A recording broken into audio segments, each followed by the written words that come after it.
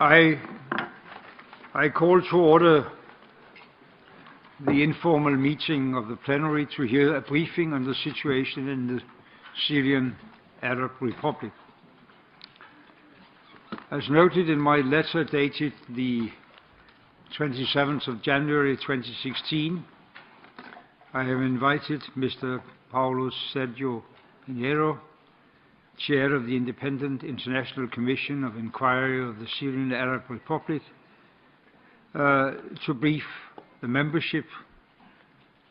Mr. Pinheiro is joined by Mr. Vicit Muntabapron, Commissioner of the Independent International Commission of Inquiry, and I take this opportunity to warmly welcome them to this meeting. Ladies and gentlemen, the conflict in Syria is now approaching its 5th year.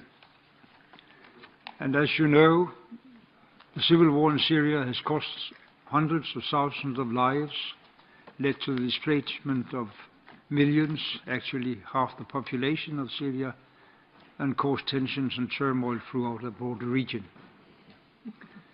Regrettably, and in addition to the responsibility which individual actors must bear, it's a crisis that has demonstrated some glaring failures on the side of the international community, including the United Nations. It demonstrates an inability to prevent tensions from escalating into all-out conflict, an inability to protect civilians during conflict, an inability to conduct and sustain a massive humanitarian response, and thus far an inability to facilitate peaceful political settlements when they are desperately needed. Thousands of Syrian civilians are suffering under the latest escalation of bombings and violence. Basic humanitarian assistance has been continuously denied to many. People are dying almost daily in search of a safer future in Europe, and millions of refugees are being left without hope. Excellencies, it's high time that we, the international community of nations, reassert the basic codes and norms that collectively we agreed to abide to protect the world's most vulnerable: international humanitarian, human rights, and refugee law. And in all of this, the world needs a strong and United Nations that recommits to its values and the very bond that have tied the international community together for the past 70 years. In this regard, the General Assembly has a special responsibility to pave the way to a political solution and to deliberate on these crucial and at times divisive issues. There must be no taboos, including in relation to alleged atrocities and war crimes, to justice and reconciliation. That's exactly the reason I invited the Special Envoy of the Secretary General for Syria to brief the Assembly last November, and that's why I today again have invited Mr. Pinheiro to brief the membership about the recent report from the Independent International Commission of Inquiry on Syria. With these words, I want to turn over the floor to Mr. Paulo Sergio Pinheiro, the Chair of the Independent International Commission of Inquiry on the Syrian Arab Republic. Mr. Pinheiro, please. Merci, Monsieur le Président. Excellences. Thank you, Mr. President, Your Excellencies, ladies and gentlemen. Will soon enter its 6th year. For almost 2,000 days, the warring parties have acted with impunity, unchecked by the norms of international law, and unconstrained by the immense human suffering they have caused. In their myopic battles for dominance, whether in Syria or regionally, little has been won and much has been lost. It is the civilians, Syrian men, women, and children, who bear the greatest of these losses. The horrors of this war have left no family untouched. More than 250,000 have been killed. more than 1 million injured. Half of the population are displaced. Thousands have been detained and tortured, with countless numbers dying in detention. Women and girls as young as 9 are held in sexual slavery. As their country is reduced to ruins around them, Syrians are fleeing their homes in an uncertain and often perilous search for safe haven. With every passing day, human life is stripped of its value. And yet, the war continues. The issues underlying the conflict remain unresolved. The voice of the Syrian people have largely been silenced. Instead, what we hear are the posturing of warring parties and their backers set against the sound of explosion. Over the last 4 years, the rise of the terrorist groups, Jabhat al-Nusra, its associates, and the so-called ISIS, has caused further death and destruction, spreading terror in Syria and across the globe. A proliferating number of parties engaged in direct hostilities, including those from outside Syria, have brought further chaos and destruction to a nation on the brink of disintegration. Multiplying front lines are moving dangerously through civilian areas, leaving communities trapped between belligerents. Increasing reliance on aerial bombardment by several parties to the conflict have created intolerable conditions for civilians caught in the middle. Often under indiscriminate attack, civilian casualties continue to mount. Earlier this month, 6 hospitals and 2 schools were attacked in a single day. Pro-government forces continue to target hospitals and field medical units to deprive communities, perceived to be affiliated with the opposition, of medical care. Some anti-government armed groups have also attacked hospitals. The so-called ISIS suicide bombers have targeted hospitals in localities it has recently lost. The systematic destruction of Syria's healthcare has led to a dramatic increase in mortality among the sick and wounded, and has disproportionately affected vulnerable segments of the population. Hundreds of thousands of civilians face catastrophic humanitarian conditions under sieges imposed by government forces, anti-government armed groups, and terrorist groups. The daily struggle for survival has already been lost by many, among them young children who have starved to death. The Commission most welcomes the Syrian government's recent commitment to enable humanitarian access to besieged towns, an encouraging sign that needs to be sustained for the duration of the sieges. Nonetheless, we express our deepest concern at the resumption of bombardments immediately following the delivery of supplies. The long-term consequence of 5 years of war cannot be overemphasized. Homes, offices, schools, hospitals, and markets have been destroyed. In most of the country, any semblance of civilian life, as we know, has disappeared. The hundreds of thousands of children not attending school are already being labeled the lost generation. Many of Syria's most qualified professionals, including many women, have fled, draining the country of human capacity and knowledge. There are now 5 million Syrian refugees, the majority in neighboring countries, but with rapidly growing numbers in other parts of the world, including almost 1 million in Europe. For many, as Pope Francis memorably stated, it is, quote, a journey laden with terrible injustice, end of quote.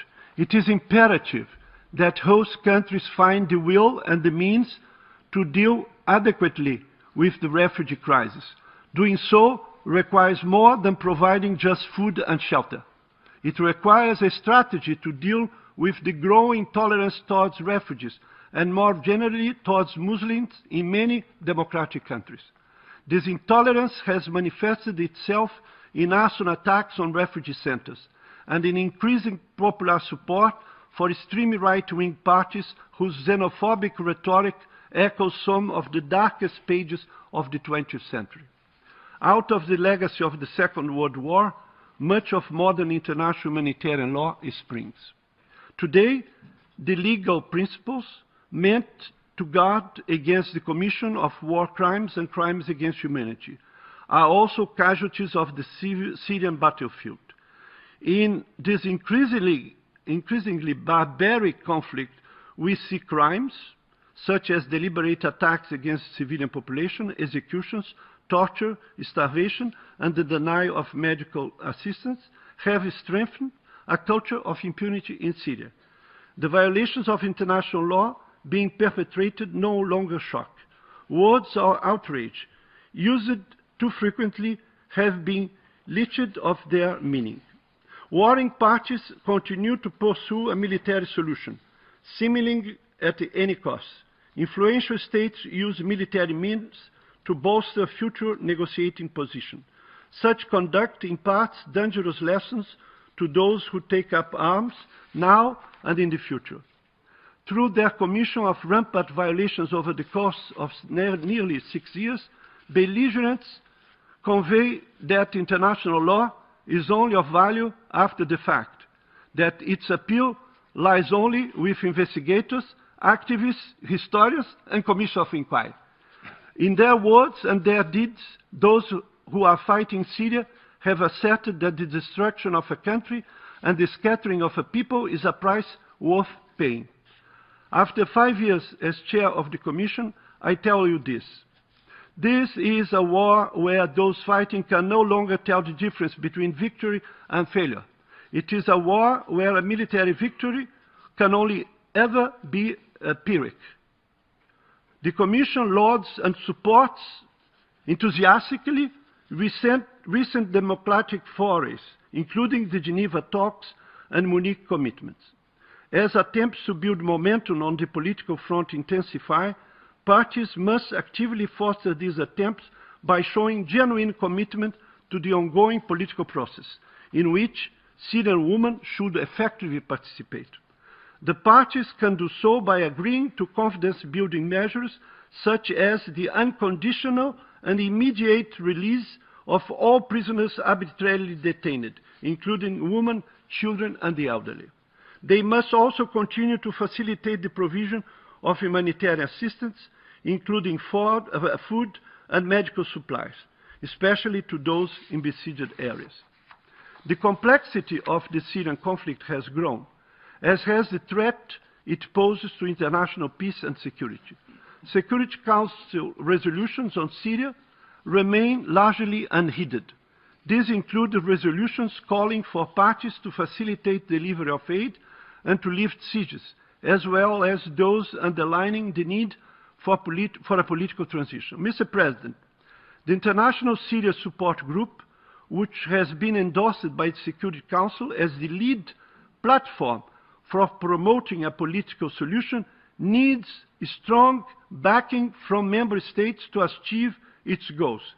The efforts by the international community paved the way to implementing Resolution 2254, which endorses a roadmap for a Syrian-led peace process, and Resolution 2258, emphasizing that only a political solution can end the conflict.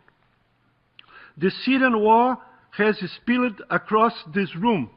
Many of your countries have suffered the terrorism that this conflict has inspired.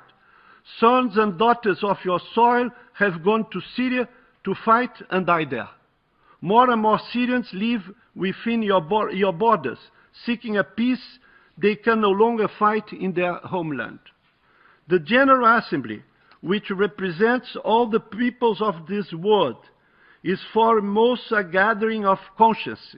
It is the General Assembly that must now act with one voice, a clarion call demanding that action be taken to end this war and to preserve the system of humanitarian legal principles that safeguard civilians. The Commission calls on the General Assembly to speak on behalf of the Syrian people, to demand that their concerns and needs take precedence in the balance between states. They are demanding an end to the violence that has dismantled their lives, destroyed their country, and left their futures in the hands of men wielding weapons of unending war. Their plight requires you to raise your voices louder, to insist that the Security Council and influential states both on and off the Council unequivocally support the political process, to call for the implementation of the resolutions on Syria, and finally, to declare that where international law is not respected, impunity will not be tolerated. Thank you. I thank the chair of the Independent Commission. Do you, Mr. Vice-Montaron, want to add something now? Question. The first, I give the floor to the representative of the Syrian Arab Republic.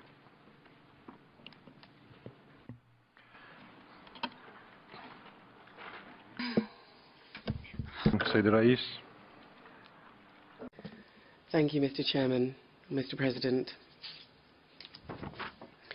Mr. President,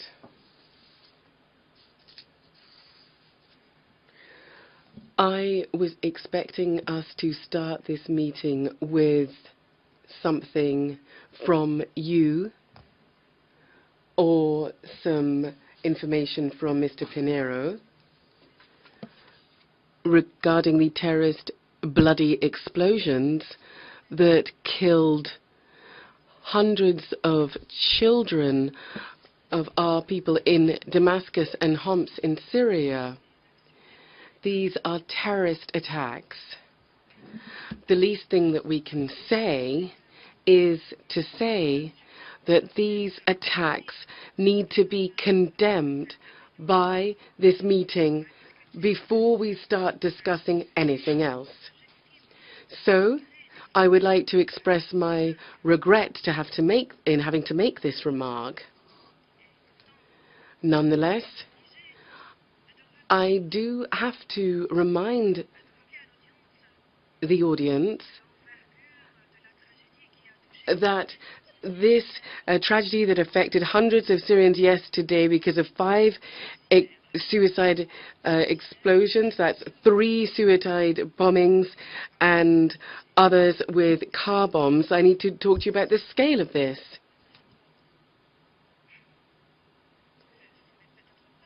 Now, surely this is human rights we're talking about.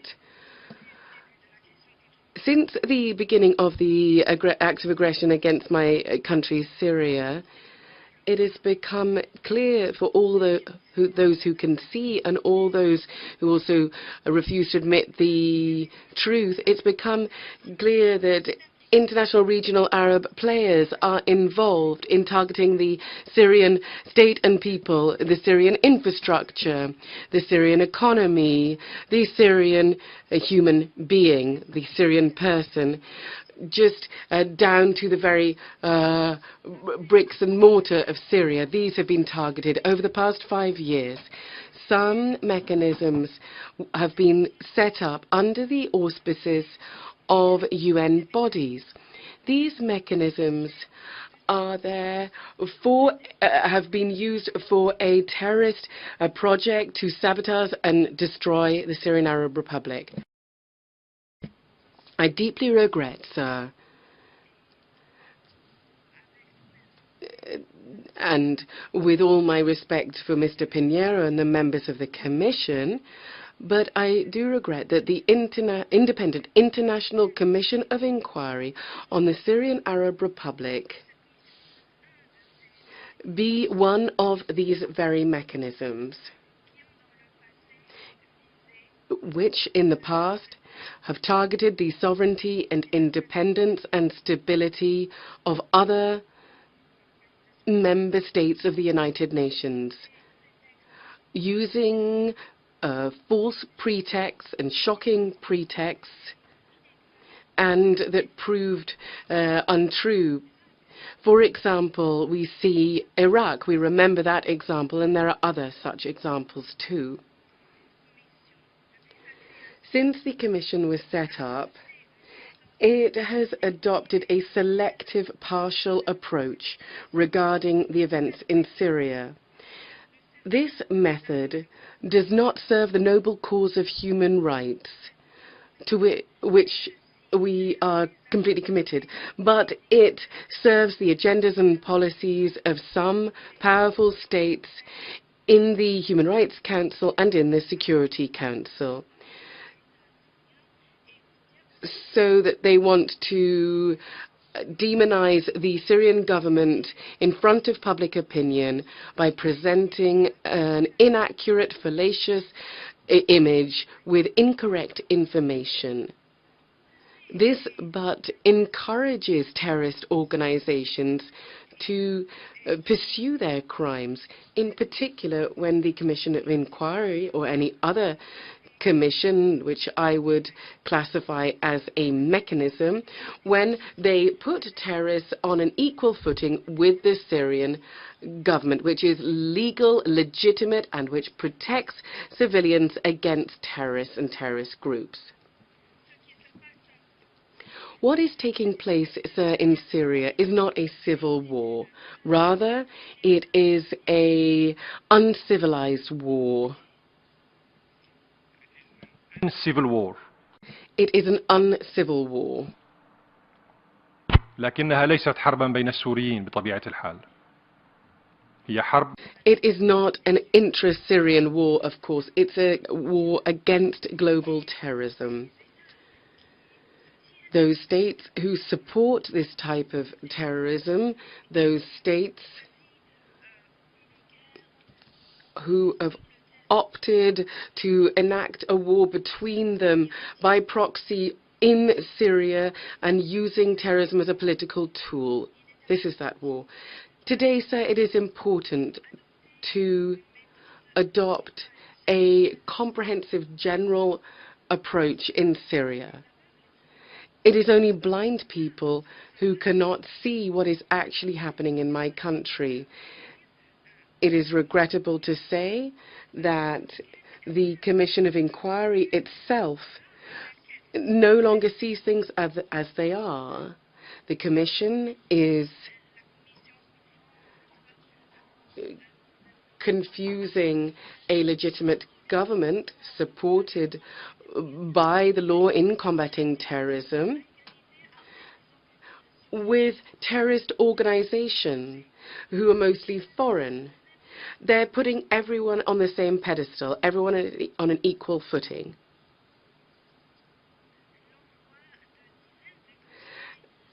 Sending hundreds of thousands of foreign terrorist fighters, such as the analysis group admitted. All these foreign terrorist fighters have been sent to Syria to carry out terrible crimes. Surely this should be the focal point of the work of the Commission. If the Commission is really committed to human rights, furthermore, why does it not accuse the governments of some Arab countries and other regional authorities and international authorities and Qatar, Saudi Arabia and Turkey? Why do they not accuse them? They support terrorist groups. Why does the Commission not demand radical steps to be taken by them? Why shouldn't we focus on the negative impact of what we call unilateral economic sanctions imposed upon Syrians, and this for years now? Surely this is a violation of human rights. Surely this is seeking to stifle the Syrian people and encourage them to emigrate and leave their country. So when the Commission ignores all of these important matters and other matters too, all this confirms that the Commission is not credible. Any involvement with this Commission is therefore absurd for all of these reasons. Syria and its government does not recognize the mandate of this Commission. We do not accept having discussions with members of the Commission. This is because the Syrian government has decided rightly that we should not have any involvement with the Commission. It's clear that the Commission is selective and politicized. It is adopting a particular method that is well known in its briefing to the Assembly and to the Council. It provides erroneous information that is misleading and takes information from outside of Syria or uses fabricated, fallacious reports from non-governmental organizations that clamor and say that they are without borders, but they are seeking to rise above the sovereignty of states, and they work with foreign intelligence services. They are not legal or legitimate. Furthermore, the Commission has seen thousands of victims of armed attacks. The Commission has ignored an enormous amount of information guaranteed by the Syrian government to the United Nations since the beginning of the crisis. More than 600 letters were sent to different UN bodies and agency, and this has been the case since 2011. This behavior by the Commission does not seek to bolster human rights, and the noble cause of human rights is used here as a political tool to target my country, Syria.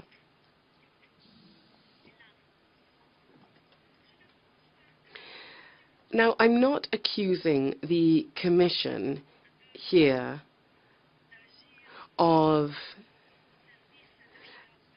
acting for a political agenda to target my country. I'm not accusing it of doing it deliberately or consciously, but nonetheless, the Commission too is a victim of manipulation by a powerful state in the Human Rights Council and the Security Council. The Commission is guided indirectly in the direction desired by this state in order to harm my country's government and in order to hamper all peaceful solutions to the Syrian crisis. Thank you very much, sir.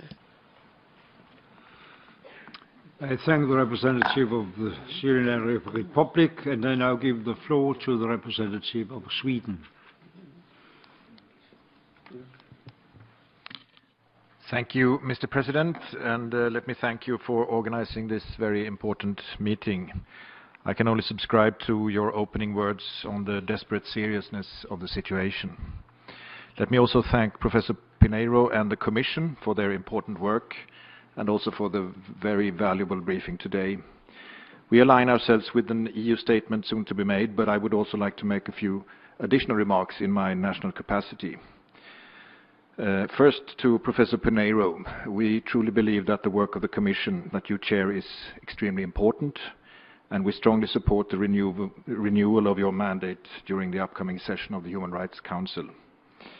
Mr. President, the findings presented in the Commission's thematic report earlier this month are absolutely deplorable.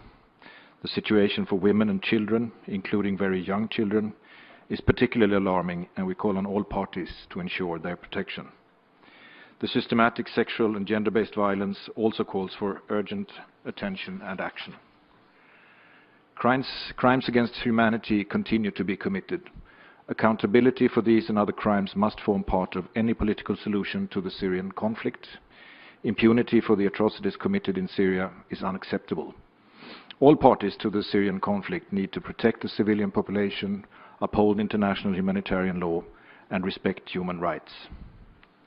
Finally, Mr. President, Professor Pinheiro in his briefing mentioned the recent deplorable direct attacks against hospitals, medical centers and schools.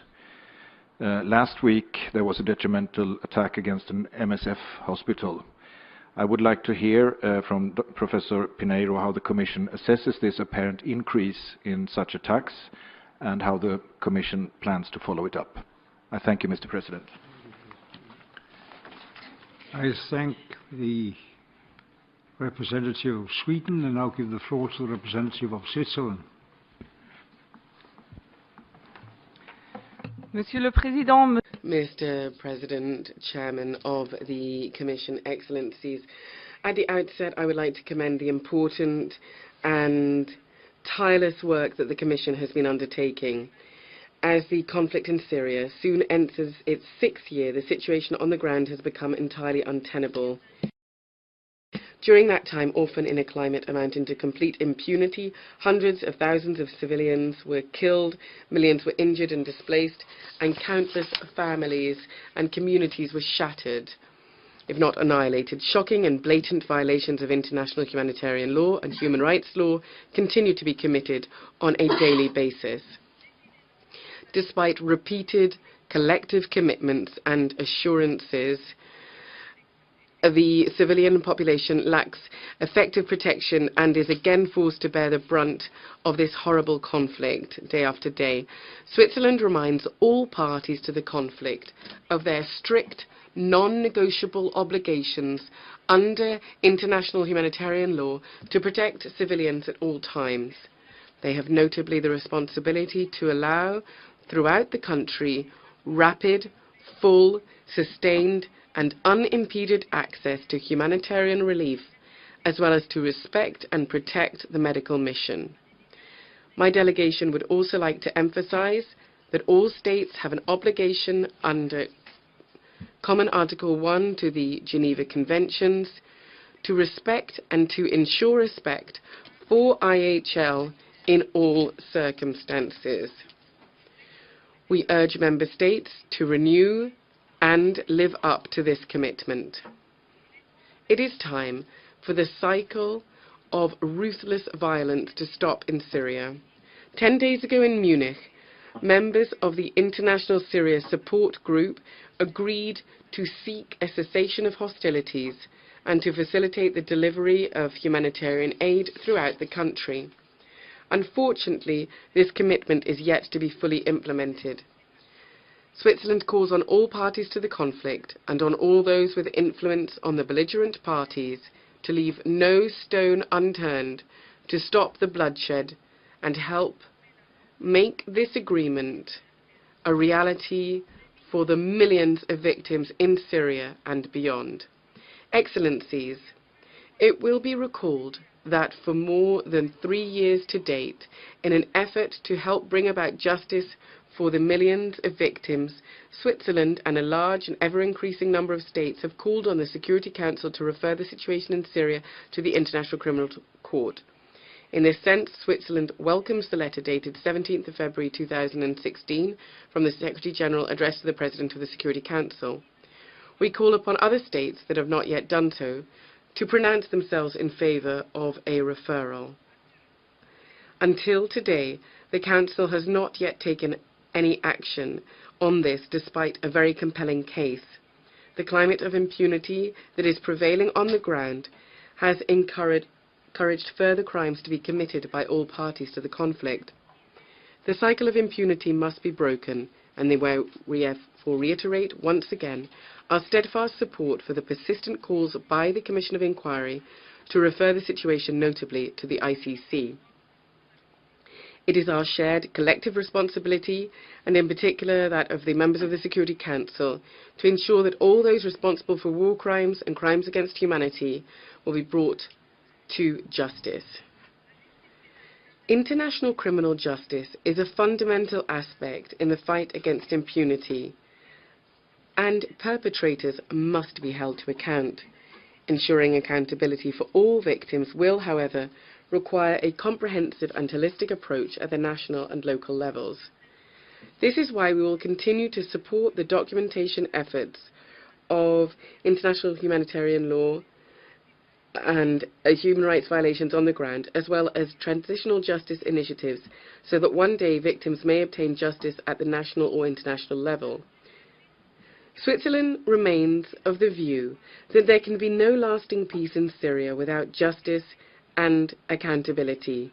Accountability must form part of any future political solution. Mr. President, in conclusion, my delegation would welcome the views of the Commission as members on 2 issues in particular. How can we assist efforts to ensure that the rights of victims are taken into account in future peace talks? Secondly, how can the General Assembly be of further support to help ensure accountability for victims in Syria? I thank you, Mr. President. I thank the representative of Switzerland, and I now give the floor to the representative of the Netherlands. Thank you very much, Mr. President. I align myself with the statement to be made by the European Union. First, let me thank you, Mr. President, for organizing this very important briefing here in the General Assembly.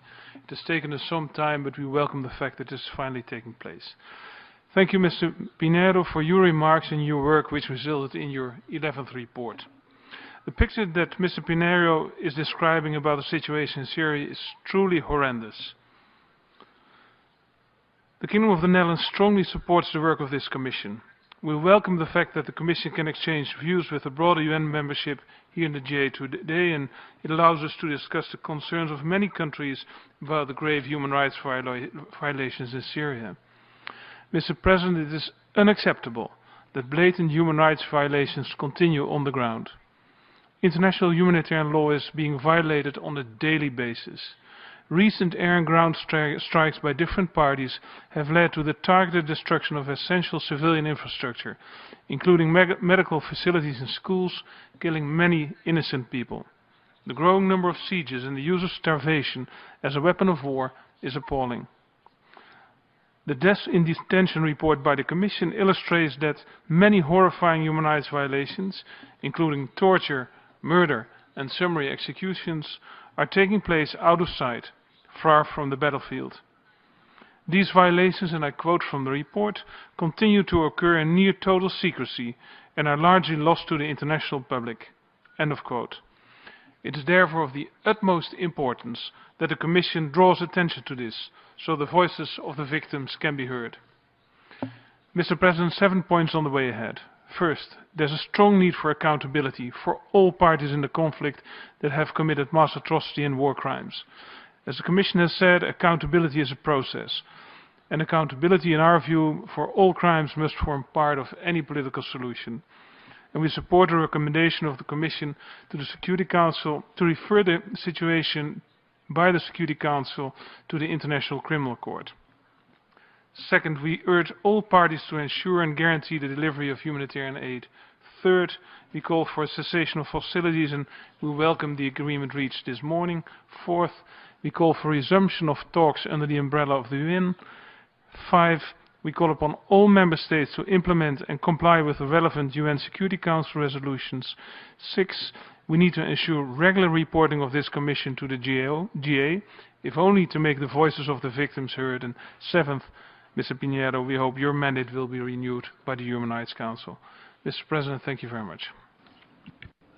I thank the representative of the Netherlands, and I now give the floor to Professor Pinheiro to answer, and Mr. Unterborn to answer some of the questions raised.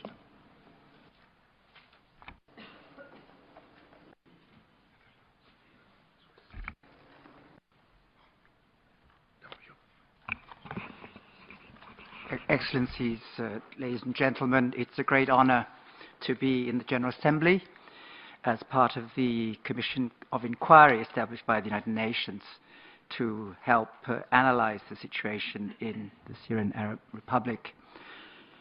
The commissioners are all independent people working pro bono, helping the UN system, and our methodology is one that hopefully is well known or relatively well known, and that is objectivity, impartiality, neutrality. The only side we're on is on the side of the victims.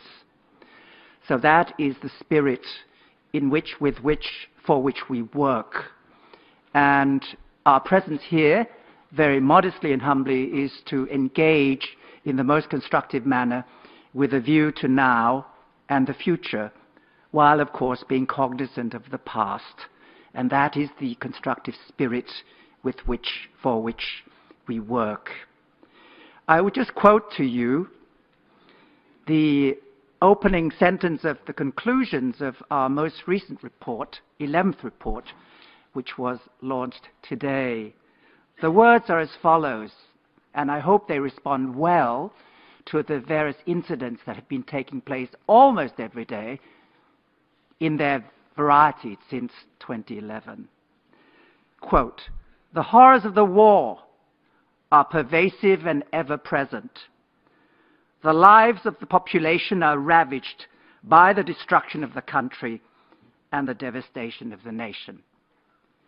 That is the reality that we're faced with, and for which we have to work to improve the lot of the population at large, with the shared responsibility of the totality of the international community, particularly through the auspices of the Security Council and this august body, the General Assembly.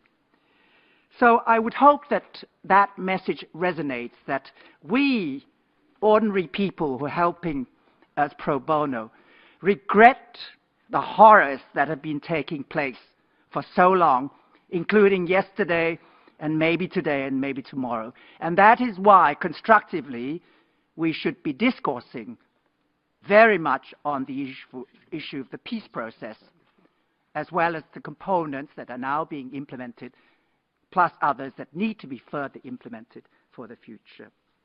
That is my first very humble submission. Secondly, the reports to date, 11 main reports, and mini reports in between, including the recent death in detention reports, they cover all sides in the conflict, not one side, but all sides, whether they be the state authorities, the AGAGs, the anti-government armed groups, the terrorist groups as listed by the United Nations Security Council, very importantly. That means, at least, al-Nusra and ISIS or Daesh, and whatever else is listed by the Security Council in terms of objective assessment, as well as other groups that might be perpetrating crimes in the country. And through the lens of those actors, intensified in recent years by external supports and more recently by external actions that have impact in the country, the raison d'etre for the work of the Commission is to find the facts on the basis of independent analysis, methodology that is not dependent upon media reports nor NGO reports, but direct primary sources through interviews with witnesses and victims directly from the field, documented, then cross-checked with at least two other sources that we call corroboration, to enable us to come to certain findings in terms of having reasonable grounds to believe that various violations have taken place, particularly war crimes and crimes against humanity. So I would invite a balanced understanding of the methodology with which we work, which is one that tries to provide objective analysis through primary sources and not using media sources or other external secondary sources.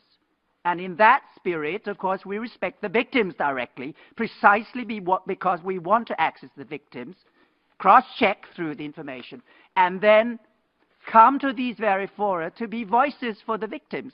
And that's why we're here, as ordinary pro bono people who help to do these reports, 11 to date, the big ones, as well as the mini ones that you have.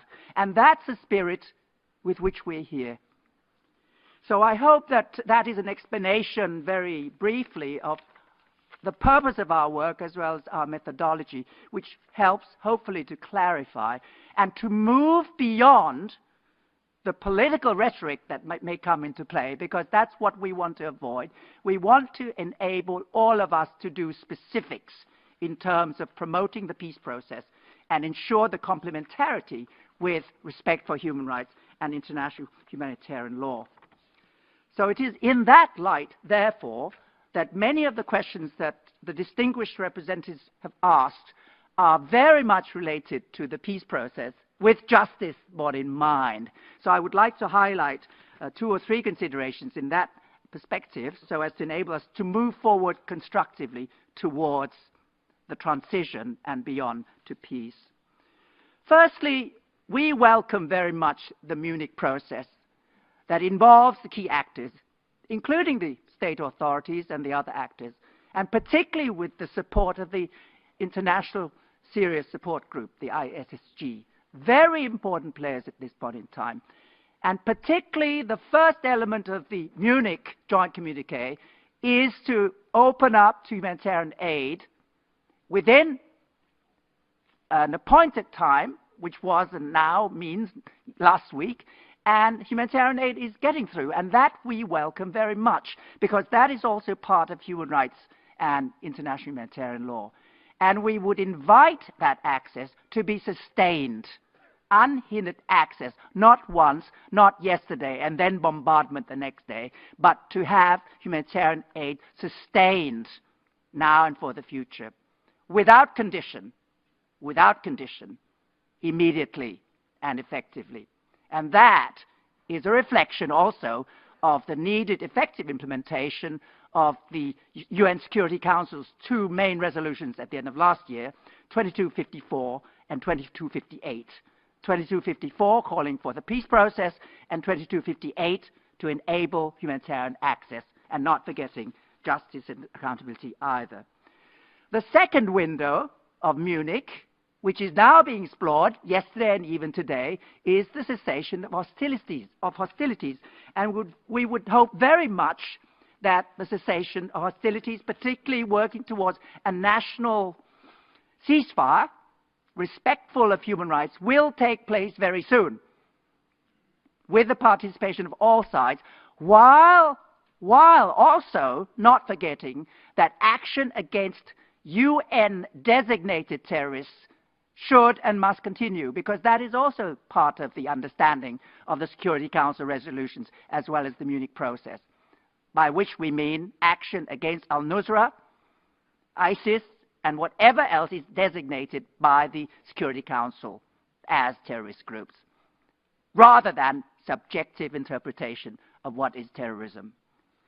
So that's the second window that needs to be explored now and for the future. And then the third window that complements all this is, of course, towards the longer-term peace process in terms of move towards elections and etc. with the UN help. And I would think that particularly in that flow of window 1, 2, 3, some of the questions which have been raised as regards justice, transitional justice, accountability can also be borne in mind as a process long-term. And from our perspective, accountability and justice are not just ad hoc one-day things to be achieved today, but long-term. And some of the instruments for this progressively have already been highlighted by us, including action by the Security Council to refer cases to the International Criminal Court or ad hoc tribunal. We've also worked progressively bilaterally with countries to share information from a database so as to initiate and support prosecutions at the national level, particularly on the basis of national jurisdiction and or universal jurisdiction. And even in the more recent report on death in detention, concerning death in detention in the various facilities, both state-related as well as the other groups, we've also called for the possibility of targeted measures against groups and individuals that are responsible for these crimes against humanity and war crimes. So those are elements that I would leave as initial response to some of the questions and comments that have been made this afternoon. And we are very much here in this constructive light as friends of human rights, as friends of the civilian population, as friends of the Syrian nation, particularly to stop the brinkmanship that forgets the human lives at stake, precisely because we do not wish to see any state, anyone being on the brink of disintegration. And we must work towards restoration of normalcy as well as respect for human rights, humanitarian law, and the rule of law at large, with due regard particularly to the plight of civilians that are very much at the heart of our work. We represent, very humbly, victim centrality, and it is that message that we invite in terms of resonance throughout the discussions and for which we're here. Thank you. Thank you to Mr. Montalban. Professor Pinheiro? Not now. So we go on. I give the floor to the representative of the European Union. Thank you, Mr. President. I have the honor to speak on behalf of the European Union. Mr. President, the European Union would like to thank you for organizing this important meeting today and Chair Pinheiro for this valuable briefing. We are convinced that it is important that the Independent International Commission of Inquiry on the Syrian Arab Republic, established by the Human Rights Council, can brief regularly the UN General Assembly on its work, its findings, and its recommendations. The European Union thanks the Commission of Inquiry for its valuable work, and in particular for its 10th report published last September, and for its thematic report on deaths in detention published earlier this month. We support the recommendations contained in those reports, and we commend the Commission's ongoing efforts in documenting violations and abuse of human rights and violations of international humanitarian law by all parties. By collecting first-hand information and documenting incidents, the Commission is laying the groundwork for accountability for those responsible of the many atrocities committed in Syria. In a moment in which, unfortunately, violence continues to increase and crimes and atrocities continue to be committed, the European Union believes that the role of the Commission continues to be of great importance. We therefore support the renewal of the mandate of the Commission of Inquiry during the upcoming session of the Human Rights Council in March. Mr. President, the European Union is appalled by the unspeakable atrocities committed in Syria against the civilian population, as detailed in the reports of the Commission of Inquiry. Gross and widespread systematic violations and abuses of human rights law and violations of international humanitarian law continue unabated, committed by the Syrian regime and by armed groups and terrorist groups, including Jabhat al-Nusra and Daesh. Women and children are particularly exposed. The European Union reiterates that the bombings and targeting of civilian areas and structures like hospitals and schools is completely unacceptable. The systematic targeting of civilians by the regime has led to mass displacements and encouraged recruitment to and the flourishing of terrorist groups in Syria. The European Union calls once again on all parties to cease all attacks and bombing of civilian targets, take all appropriate steps to protect civilians, including members of ethnic, religious, and confessional communities, put an end to sieges of civilian areas, fully respect international humanitarian law, and implement the relevant UN Security Council resolutions, also recalling that the primary responsibility to protect its population lies with the Syrian regime. Also, as described in your latest report, the killing and torture of detainees in Syrian prisons, including women and very young children, has continued for more than 5 years now. All perpetrators of such crimes need to be prosecuted and held accountable. The same goes for the fighters and commanders of all armed groups that continue to resort to summary executions and mass murders of captured soldiers, as well as torture of prisoners. Mr. President, the documentation of violations and abuses of human rights law and of violations of international humanitarian law needs to continue, especially now that the security situation on the ground has once again dramatically deteriorated. The growing number of sieges, the use of starvation as a method of warfare, the escalation of violence in Aleppo and Deraa, the continuing targeting of civilians, including through aerial bombardments, can lead to further atrocities for a population already victimized by the violence. The European Union remains strongly committed to accountability in Syria. All those responsible for war crimes and crimes against humanity in Syria must be held accountable. The European Union continues to support a referral of the situation in Syria by the Security Council to the International Criminal Court. As pointed out by the Commission itself, to truly put an end to the crimes committed in Syria and to the suffering of the Syrian population, there can be no substitute for an all-inclusive peace process, and respect for the choice of the Syrian population is paramount. For this reason, the European Union has fully supported the efforts of UN Special Envoy Staffan de Mistura and will continue to do so. Our priorities must be advancing the political process outlined in Security Council Resolution 2254, achieving a nationwide cessation of hostilities, and ensuring humanitarian access to all those in need. All the members of the International Syria Support Group must live up to the commitments that they took in Munich on the 12th of February and work to this end.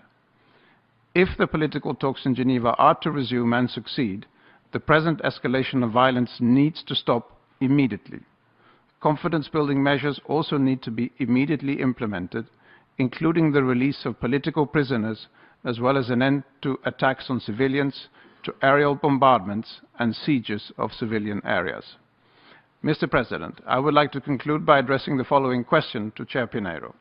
Do you think that the Commission, given all the difficulties it faces in getting information from inside Syria, will be able to document the grave violations of international humanitarian law and the human rights abuses that are being committed in the present military assault on Aleppo and in the besieged areas? What measures are you envisaging to ensure that this will be possible? Thank you very much, Mr. President. I thank the representative of the European Union and now give the floor to the representative of the United States. Thank you, Mr. President of the General Assembly, and thank you, President Pinheiro, and very good to see you again here today as well, Mr. Winterborn. Your briefing yet again lays out the deeply concerning situation in Syria and reaffirms the urgent need for a political solution to the conflict. The COI, despite denials of access, continues to provide critical reporting on ongoing gross violations and abuses in Syria. The United States strongly supports the renewal of the COI's mandate at the March Human Rights Council session and urges other states to do so as well. For years, the COI has described continued atrocities by the Assad regime, including those involving what it characterizes as systemic attacks on civilians, restriction on humanitarian assistance, torture, and the detention and disappearance of civilians on the basis of their associations.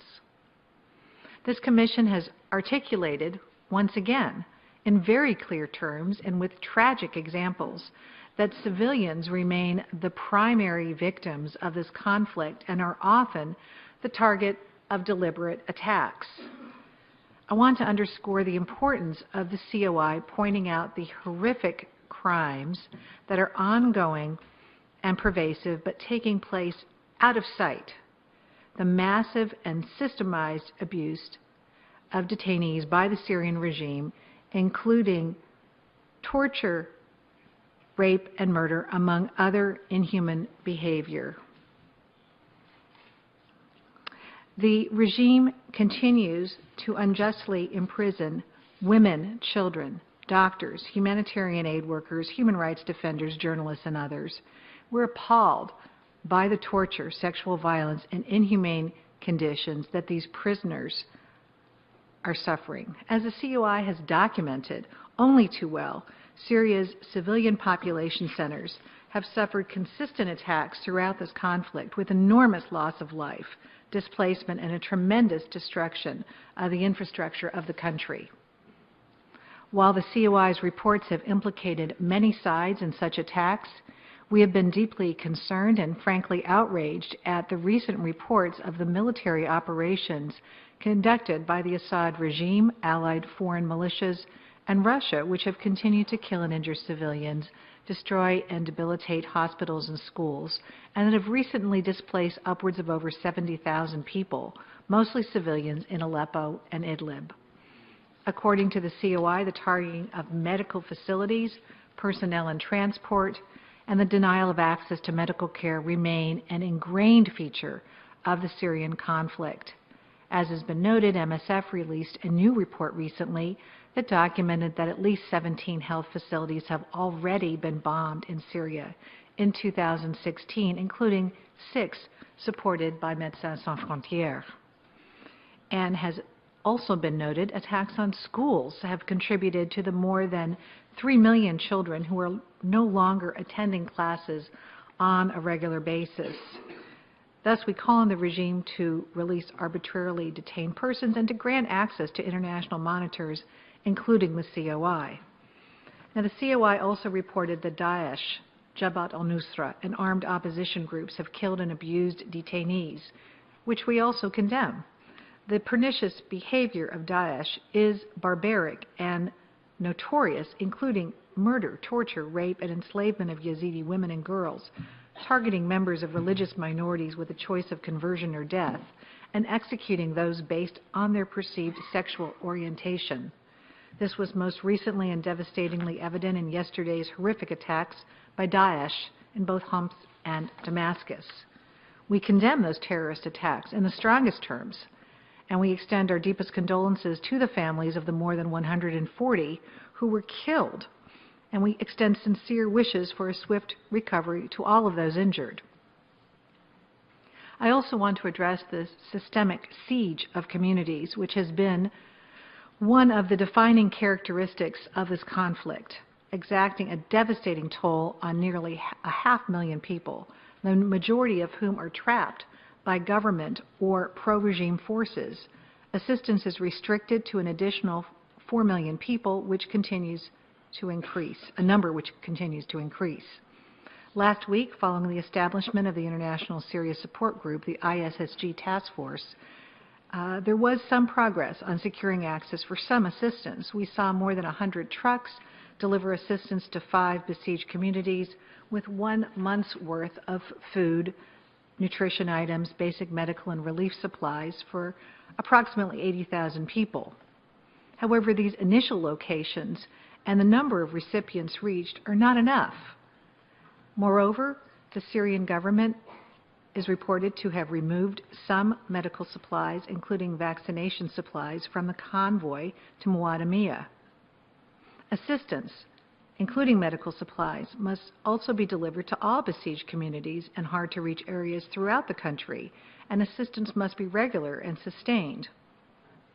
In addition, with continued heavy fighting in Aleppo and reports that the remaining supply route to eastern Aleppo has been cut off, we are deeply concerned that another besieged community is now in the making.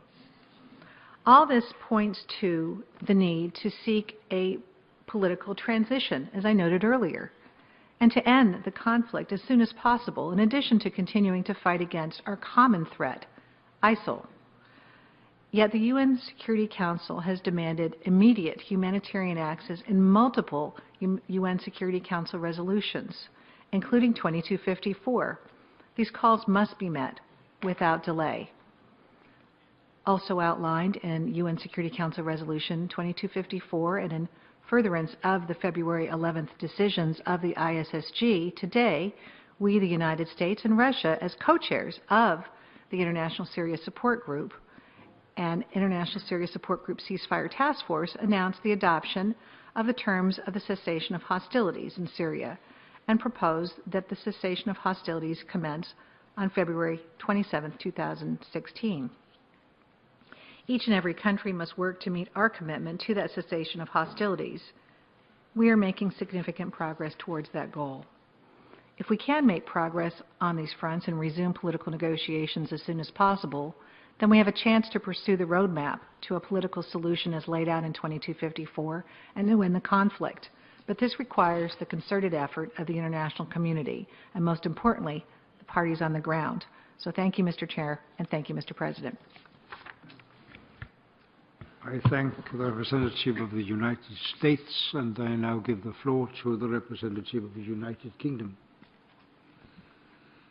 Thank you very much, Mr. President, and welcome back to New York, Professor Pinheiro and colleagues from the Commission of Inquiry. It's good to see you back, and we were very glad to have you in the Security Council during our presidency in the month of November. Like the vast majority of people in this room, we welcome the work of the COI and the objective and impartial and painstakingly thorough work that you do in such difficult circumstances to gather evidence and shine a spotlight on the terrible human rights abuses and violations of international human rights law that continue to go on and on and on in Syria. We are extremely grateful for that work. Of course, we condemn terrorism wherever it happens, but we also condemn the brutal, systematized violence that the Assad regime is using in its own country against its own people with its military backers. The conflict, from the evidence that you have presented and elsewhere, is becoming more and more ferocious and barbaric, and the regime have resorted to tactics of war which I at least thought had died out in the Middle Ages. Besiegement, starvation as a weapon of war are sadly now part of 21st century warfare. Sexual violence is increasingly being used as a weapon of war. Violations against women are horrendous in Syria. Torture, persecution of minorities, indiscriminate and disproportionate bombardment. In short, anything that puts the most vulnerable and those who are weakest and least able to defend themselves at the mercy of the regime and its military backers. And it must end. We've heard quite a lot of statistics today, but let me set out some that demonstrate what has happened since Russia's bombing campaign began. There have been over 1,380 civilians killed and over 5,789 injured by Russia and the regime in their airstrikes. Over 15 schools have been bombed. Over 16 medical facilities have been destroyed or damaged, including more than 2/3 of Aleppo's hospitals, which are no longer functioning. 95% of that city's doctors have been killed or fled. Over 3,173 barrel bombs have been dropped on opposition areas, and over 3 IDP and refugee camps have been bombed. So, as you made very clear, Professor Pinheiro, a military victory is not possible. It would only be Pyrrhic. The only way to stop the fighting is to abide by the obligations under successive Security Council resolutions, including most recently 2254 and 2258, to end the humanitarian disaster, to provide the humanitarian access, to stop the indiscriminate bombing, and to begin the political talks that will create the transition that is so desperately needed in Syria. So we welcome the progress towards a cessation of hostilities. It is crucial that everyone abides by that and uses their influence to bring other parties into that cessation of hostilities, and that in turn will allow the political talks to begin. We welcome the confidence-building measures that you, Professor Pinheiro, set out. We support the COI's request for unhindered humanitarian access to Syria. We absolutely support everything you say about the requirement for accountability, given the seeming sense of impunity in Syria at the moment. And finally, as an expression of our support for your work, like many others who've already spoken today, we call on member states to support the renewal of the COI mandate next month in Geneva.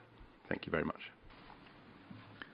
Thank you to the representative of the United Kingdom. I now give the floor to the representative of Qatar.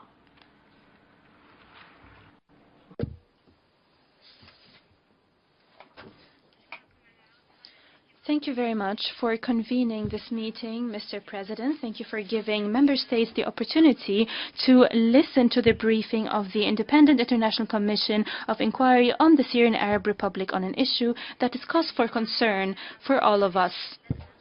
Listening to this briefing is consistent with the content of GA resolutions. In the latest resolution on the situation of human rights in Syria, we expressed our support to the work of the Independent International Commission, and we called upon the Commission to continue its work. We condemned the lack of cooperation between the Commission and the Syrian government.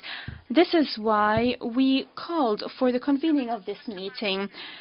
The reports of the Commission have documented violations by different parties in the conflict. However, there is great discrepancy in the magnitude of violations. Crimes perpetrated by the regime are responsible for most violations against civilians. The Commission has stressed that this is a policy followed by the government, and they amount to crimes against humanity and war crimes. The report of the Commission on detainees enforces and supports what we have seen in other reports. Other reports have documented the torture of detainees in Syria. It is important for perpetrators to be accountable. At this juncture, we refer to the call of the Secretary General and the High Commissioner of Human Rights to refer the Syrian situation to the ICC. The reports of the Commission on the blatant violations by Daesh and the threat that Daesh constitutes stresses the importance of international efforts to overcome this threat. We have stressed that it is important to address the root causes of this threat. We are not going to repeat the long list of violations perpetrated by government forces. However, we refer that government groups, armed government groups, also include militias and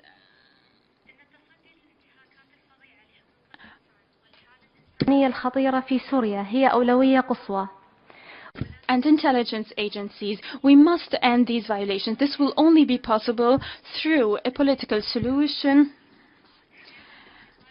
under Resolution 2254 and to reach political transition according to Geneva I. To ensure the success of this political transition, we must take all action under 2254. We must provide humanitarian assistance. We must release detainees which were arbitrarily detained. We must stop all attacks against civilians and any attacks against civilian targets. We must fully comply with Security Council resolution on the humanitarian situation in Syria. It is also of utmost importance to implement the agreement of the International Syria Support Group in Munich this month.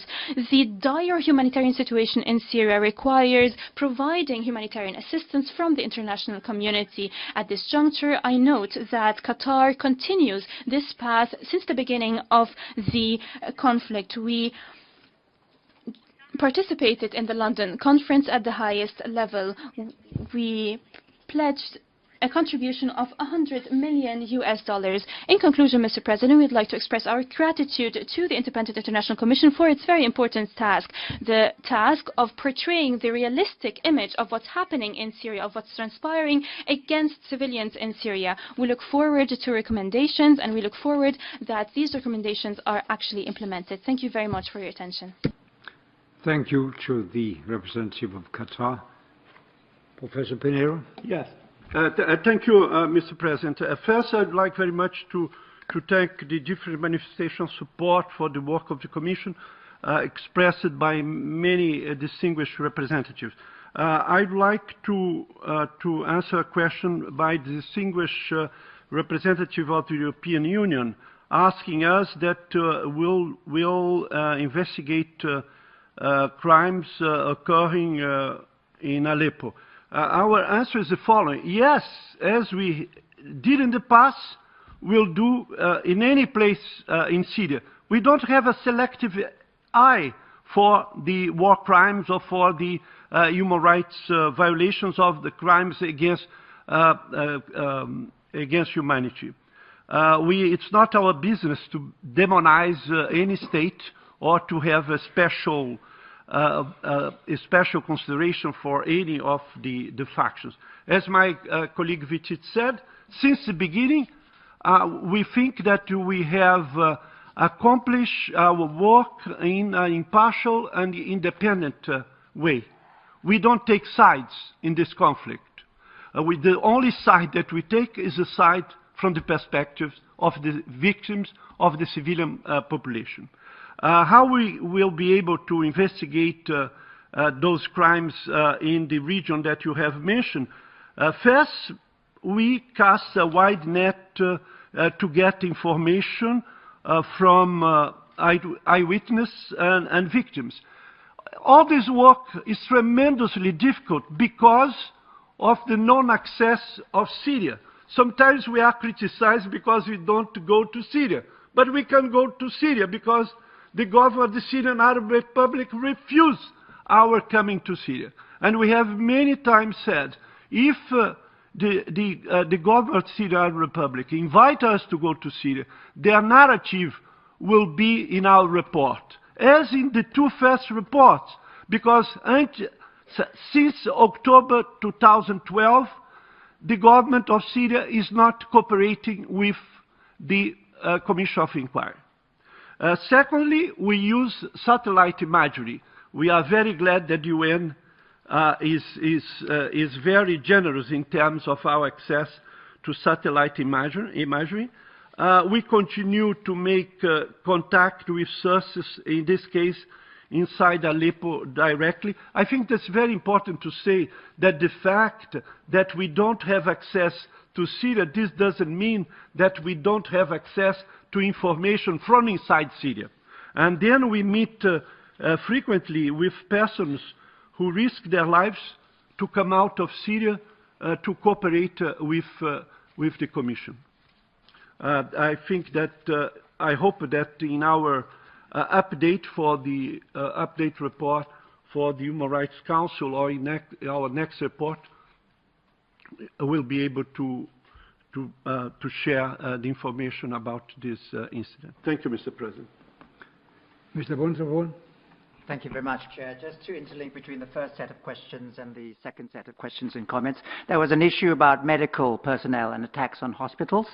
I would bring to your attention that we have a very substantive section in the new report on attacks on medical personnel and facilities. And our previous reports also covered the issue. And we even had a mini separate report specifically on attacks on medical facilities. In that regard, it's very sad that state authorities and some of the other groups, including ISIS, are carrying out attacks on medical facilities and personnel, not only the formal hospitals and so on, but field hospitals and field personnel. So in that regard, I would recall particularly the principle that civilian targets must be protected and must not be targeted for attacks. And this is also reflected very expressly in UN Security Council resolutions, particularly 2139 of the year 2014, where the Security Council demanded that all parties respect the principle of medical neutrality and call for protection of personnel and facilities and transport. And this has been also reconfirmed by the most recent resolutions, such as 2554 and 2558. Secondly, we welcome very much the opening of borders and lines, cross-border and cross-lines, in terms of delivery of medical aid and other humanitarian facilities and supports, bearing in mind that the state authorities have prevented some elements from passing the crossing point and so on, and particularly anesthetics and medical equipment. So we call for deliveries of the totality of what is needed in terms of medical care and facilities and equipment, and not to exclude some of the needed provisions such as anesthetics and medical equipment. Finally, on the questions raised by the European Union and related points raised by others, the documentation angle is probably known to many of you, but some of you may not know fully that to date we have collected directly as primary source of information interviews, related information from over 5,000 persons documented in the database. And to use that, of course, we use the methodology of corroboration, whereby we cross-check with other sources before coming to a conclusion that we have reasonable grounds to believe that a certain violation has taken place. So that is the methodology of primary sourcing, and that is different from the misunderstanding some catalysts and actors have been involved in terms of the sourcing of our information. And lastly, many of you will know also that not only have we shared some of the information from the database on the basis of fair trial guarantees bilaterally with countries, but we've also prepared various lists of alleged perpetrators ready to be conveyed to the relevant channels of the UN and interlink ultimately with the Security Council and the International Criminal Court if need be. But to date, those lists have been kept confidential, precisely because we try to safeguard and respect fair trial guarantees and due process of law, bearing in mind that we're not judiciary. We are independent human rights people helping under the UN rubric in an objective, impartial manner. Thank you. Thank you to Mr. Munterborn. We have another 7 countries on the list. I first give the floor to the representative of Brazil. Thank you, Mr. President. And like others, let me welcome this opportunity and also encourage the President of the Commission of Inquiry, Professor Paulo Sérgio Pinheiro, to regularly brief the General Assembly. We find these events of extreme usefulness. Let me start by saying that we condemn in the strongest terms the terrorist attacks claimed by the so-called Islamic State that resulted in more than 100 deaths in the city of Homs and in Saida Zainab in Damascus yesterday. All acts of violence against civilians must be firmly repudiated by the international community, and no terrorist attack can be justified. There should be no place for religious intolerance in today's world. The Independent International Commission of Inquiry has been playing a crucial role in investigating and recording violations of international human rights law and allegations of crimes against humanity and war crimes in Syria. We strongly support its work, and we call upon all of those to whom recommendations are addressed, including the international community and the Security Council, to carefully heed them. The report of the Commission released 2 weeks ago draws attention to the executions and deaths in detention centers on all sides of the conflict. Its conclusions that massive and systematic violence continues to take place even far from the battlefield are simply appalling. According to the report, several parties, including government and anti-government armed groups, as well as terrorist groups, have committed crimes against humanity and war crimes. And it is our duty to make this stop, while also ensuring that all responsible for such crimes are held accountable. We strongly support an immediate cessation of hostilities, as first agreed in Munich and apparently again today. All violence against civilian population must cease, and unhindered access to humanitarian assistance must be guaranteed. Brazil has contributed to the international efforts to mitigate the humanitarian crisis in Syria. We participated in the London conference at ministerial level on February 4th and congratulate the organizers of this conference for mobilizing significant support. We are also among one of the few countries to issue humanitarian visas to Syrians fleeing conflict. And to my knowledge, I think we are the only one to issue free humanitarian visas at this point. We believe we cannot turn a blind eye to those who have had to flee their homes and in order to survive conflict. And we also believe that it is inconsistent to place emphasis on the protection of civilians in the General Assembly and the Security Council and then turn our backs on civilians when they knock on our doors. We're extremely concerned by anti-immigrant narratives and xenophobic political agendas that have been cropping up, and we commend neighboring countries and others who have exercised leadership in combating these narratives and bearing the brunt of the refugee crisis. The Brazilian government reiterates its firm support for the ongoing peace initiatives which aim to seek political solution to the crisis. Peace in Syria must be achieved through dialogue and reconciliation in a process led by Syrians themselves, excluding terrorist groups in accordance with Resolution 2254 of the Security Council, as well as the Vienna 2015 and the Geneva 2012 communiques. Once again, we congratulate the Commission for its work and thank you for this opportunity. I thank the representative of Brazil, and I give the floor to the representative of France.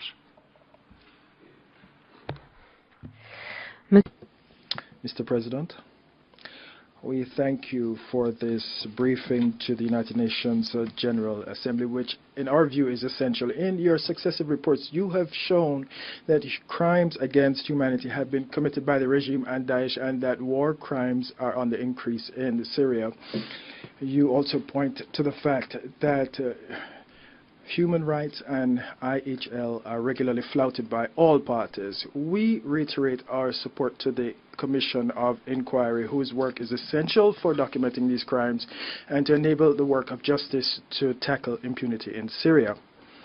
And with this in view, France will continue its mobilization, and we will support the resolution that will be presented in March in the Human Rights Council to renew the Commission of Inquiry's mandate.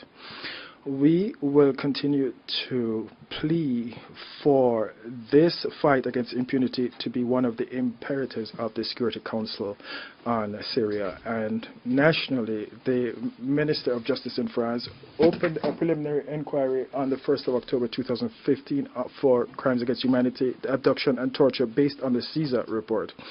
We are pleased to see the efforts that have been undertaken by international adjudicatory bodies in this regard, and we would encourage the Commission of Inquiry to continue its collaboration with these national adjudicatory authorities. We will also continue to promote the role of the ICC to try the most serious of those crimes.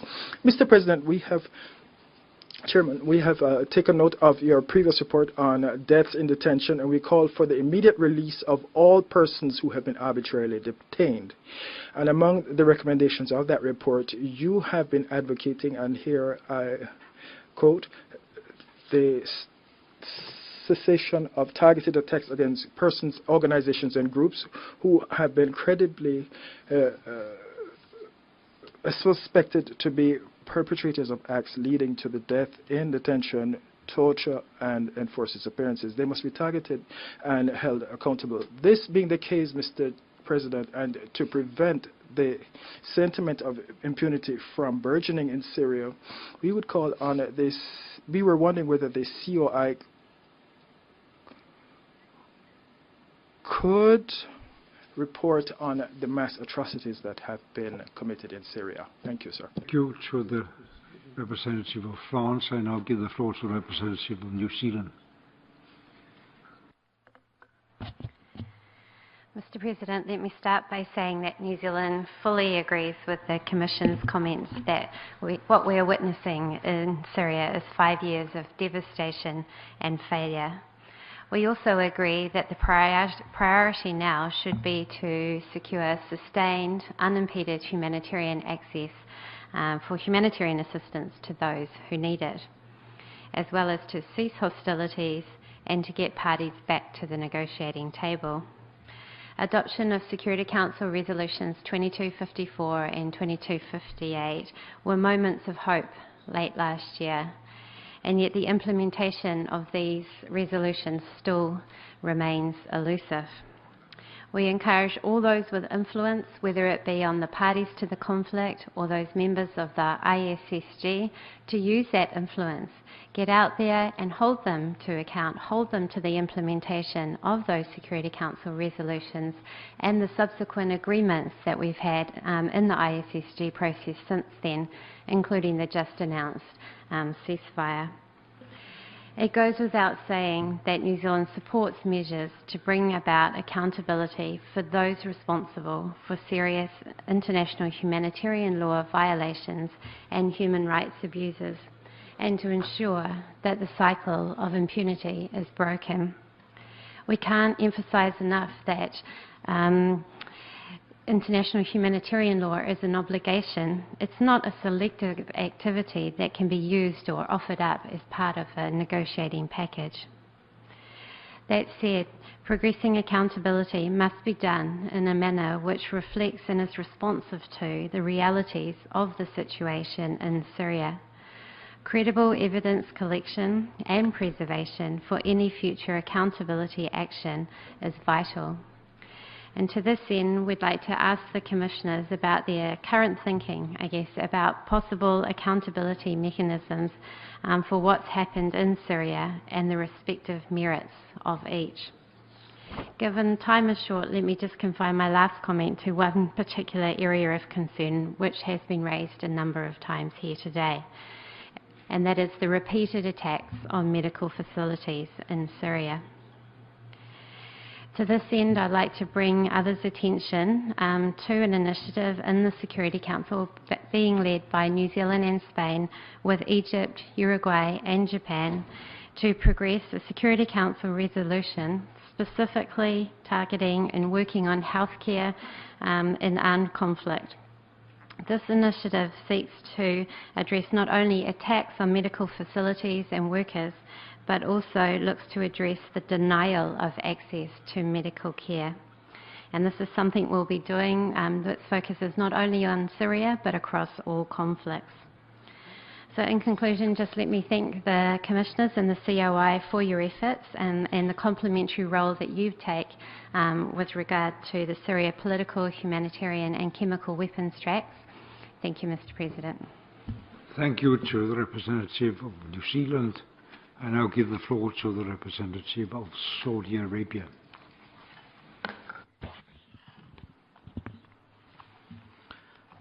شكرا سيد الرئيس. Thank you, Mr. President. I would like to thank Professor Pinheiro and the members of the Commission of Inquiry for the significant efforts that they're making in difficult circumstances. Without the cooperation of the Syrian authorities, as stipulated by the chair of the Commission, I would like to confirm that we support the renewal of the COI's mandate so that it can continue its work. Furthermore, we would like to support the recommendations of the Commission in its report and as part of its briefing today. I would like to turn to the Commission and convey a slight criticism to it regarding the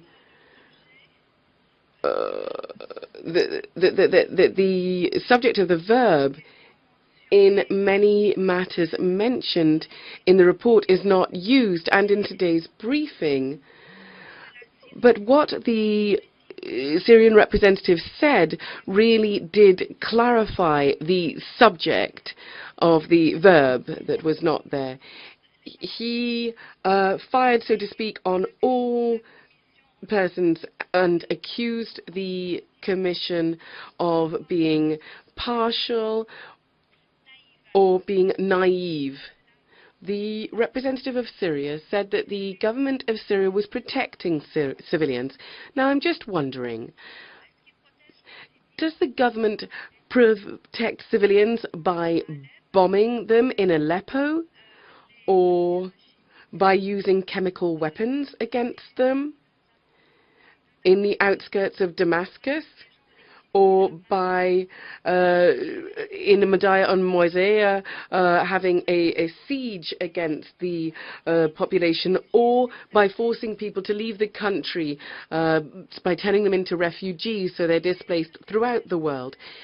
Now, through reading the report, it's absolutely clear that the primary responsibility for war crimes is disdain for human rights and international humanitarian law. This disdain is by the state and those forces cooperating with it by establishing alliances, foreign militias, or official forces of other countries. We support the need to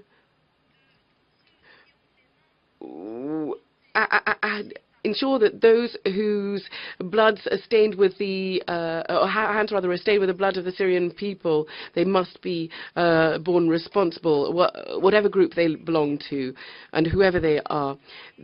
We also want Syria to be referred to the International Criminal Court.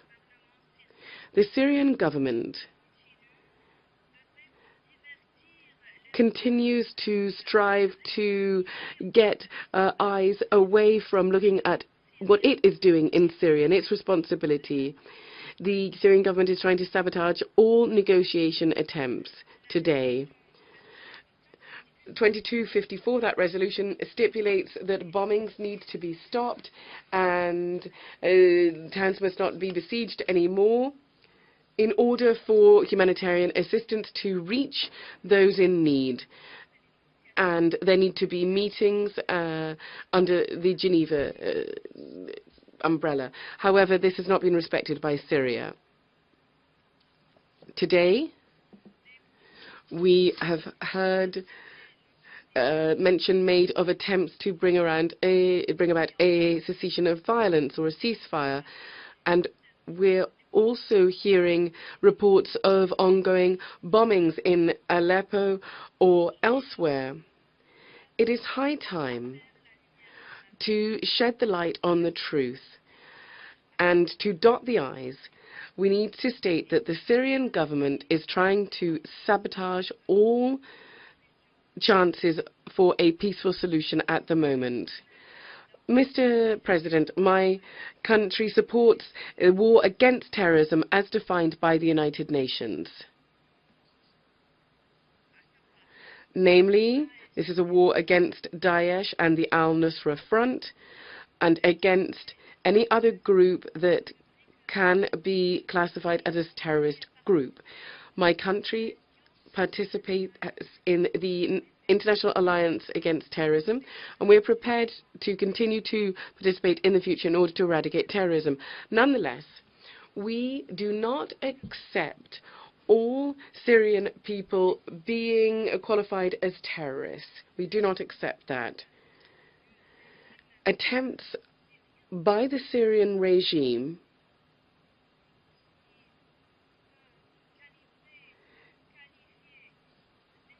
trying to call millions of Syrians terrorists while they're striving for peace and dignity, well, that denies the dignity of these people, this people which is desiring a better life. We know the Syrian people. These people are our brothers. We've been living beside them. The Syrian people are a people of civilization, of history, of science, of literature, of art, and of peaceful coexistence. Anything else said about them does not apply to the Syrian people. Rather, this is the result of a clampdown and discrimination policy, a policy of deprivation that these people have suffered for decades now. Mr. President, we support the invitation of Mr. Pinheiro that was conveyed to you personally for the General Assembly to head up work regarding Syria.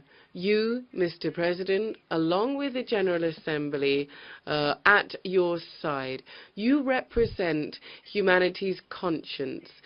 We cannot remain silent. This conscience must not remain silent, given images of children dead on beaches, images of men and women who migrate seeking security and safety. We would reiterate our call to the General Assembly to embrace this cause for the victims first and foremost. The cause of victims must be our primary objective.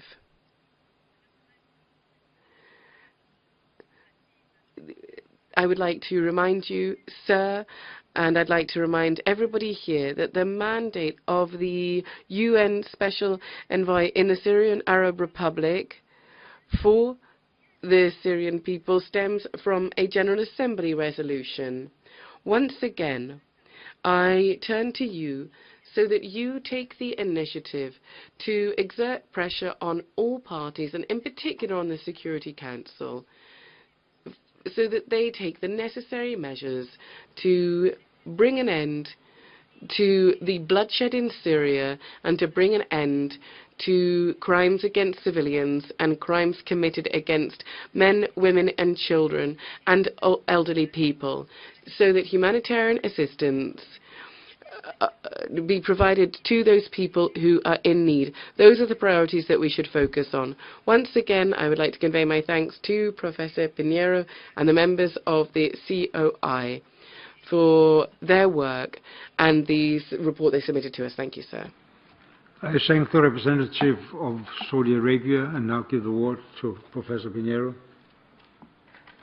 Thank you, Chair. Just to respond to a few comments that came through in the final stages. The question of mass atrocities. We have dealt with mass atrocities throughout, particularly through the the perspectives of two major crimes. One is what is known as war crimes, particularly in this non-international armed conflict, such as torture, taking hostages, maybe individual acts. And the other mass atrocity is crimes against humanity, which may take place in peace or in war, but is basically targeted against civilian population and is of a massive or widespread kind, attacks of a widespread or systematic kind based on policy. So these are the two main entry points we've used. And we have found, through our own information based on cross-checking, that the state authorities have been committing both war crimes and crimes against humanity on many fronts. ISIS has also been committing war crimes and crimes against humanity on some fronts, while al-Nusra and others have been committing war crimes. The difference really is that the first two have much more of a system, a more established practice in terms of administration and punishment and so on, which give rise to the policy or the practice of crimes against humanity. So that is the projection in terms of the mass atrocities that colleagues have asked about. Secondly, we welcome the reiteration of the need to protect medical personnel, and we hope that we'll cover all the recent incidents even more extensively in our future analyses. And, of course, attacks on medical facilities are basically war crimes. If you bear in mind our recent paper on death in detention, it's very sad but interesting at the same time that many people who died in detention in the state authorities or other authorities' facilities died because of lack of medical care. And we made a finding in that paper also that particularly the state authorities have committed what is known as a crime against humanity of extermination in terms of mass killings, including deprivations in regard to access to medical care, food, etc. And then finally, just to welcome again the support for the GA's own move to consolidate protection of civilians. And I would just underline again that the element of support for the peace plan is imperative at this point in time. Also underlining protection of human rights and international humanitarian law, particularly the need to stop and attacks, indiscriminate attacks on civilians. Thirdly, the need to implement the totality of the Security Council resolutions in terms of the breadth and the depth of what those resolutions cover, particularly 2254 and 2258. Fourthly, to ensure that the current opening in regard to humanitarian access is sustained and broadened. It shouldn't just be access to 7 besieged areas. It should be more than that. There are many other areas which don't have access yet. And we are also concerned that the situation should not be access to a besieged area today and then bombardment of the same area tomorrow. In other words, there must be consistency of implementation of protection and access in terms of humanitarian assistance, aid and protection.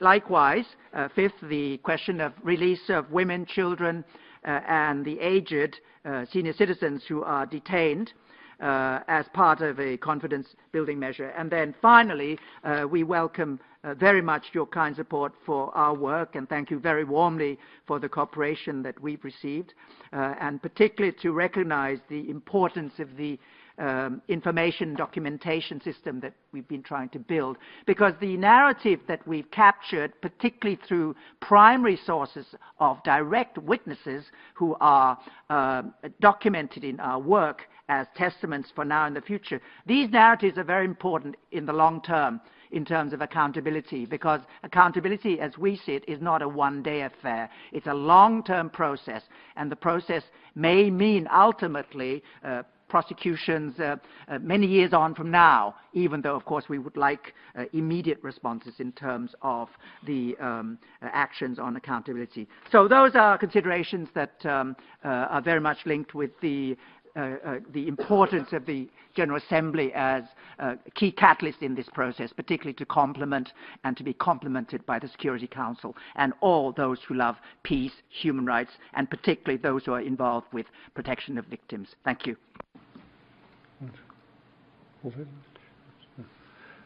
Okay, we thank you to Mr. Montalbon. We now go to the last four speakers. First, I give the floor to the representative of Liechtenstein. Thank you very much, Mr. President, for organizing this overdue briefing, and we very much appreciate the work of the commissioners. Indeed, we think it is important that the General Assembly be regularly updated on the work of the Commission. This is not just an issue for the Council, it's not just an issue for big powers or any country involved in the conflict. By now, this conflict has become a matter of direct relevance to all UN member states. From our perspective, as a small state, we value in particular what has been said by the commissioners before, that the Commission serves as a credible voice for the victims and that you bring those voices to us. And we particularly appreciate that in looking at the events on the ground, you do indeed take the lens of the victims. It does not matter to a civilian killed on the ground whether that event can then be labeled terrorism or war crime or something else. What matters is the crime being committed. So we fail to understand why even today the Commission is being accused of doing its work outside of the country while not being allowed inside the country. We have no doubt, no reason to doubt that you are exercising your functions expertly and with impartiality and in an even-handed manner. In fact, you are even remarkably diplomatic in your work. From our perspective, a government should be held to a higher standard when it comes to the implementation and obligations under international law. And if we cannot trust your judgment, then whose judgment and whose information are we supposed to trust? It is important that the atrocities are properly documented, and the Commission is the only body with international standing that does so at the moment. These reports are an indispensable record, and we thank you in particular for sharing important information with criminal justice authorities in various countries. Nevertheless, there has been a serious lack of progress on the justice dimension. The veto of the referral of the situation in Syria to the ICC in the Council is just one example. But also, the justice dimension has been neglected in the peace talks taking place so far. The level and scale of atrocities committed makes it clear to us that they cannot be swept under the rug and that justice must be an integral part of the peace talks. I also did have some questions on the, further questions on accountability, but they have been raised before, so I will not repeat them. I thank you very much. Thank you to the representative of Liechtenstein. Now give the floor to the representative of the Russian Federation. Thank you, Mr. President. I would like to start with my sincere condolences to the people and government of Syria regarding the recent terrible acts. They warrant a firm condemnation from world organizations, including the Security Council. The uncompromised combat with this evil that is taking place in the territory of Syria and that is providing a threat not only to the people of Syria but to the whole of humanity must be an absolute priority of the international community. In line with international law, our government is providing assistance to the Syrian government in combating this evil. It is noteworthy that the accusations regarding our actions against civilians is partially coming from countries who, as we all know, do not have everything sorted out with themselves in that regard. We need to point out that the assessment of the evil works of terrorist groups have been reflected in the work of the Commission. Some of them, as was said, are qualified as crimes against humanity. The mass punishment and torture is characteristic not just for the so-called Islamic State or Jabhat al-Nusra, but also for other illegal armed formations too.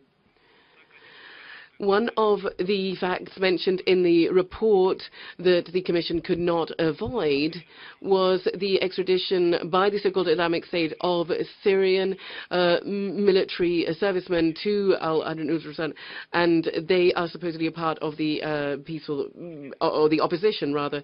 The soldier therefore was called a terrorist. And in our opinion, that episode really speaks for itself.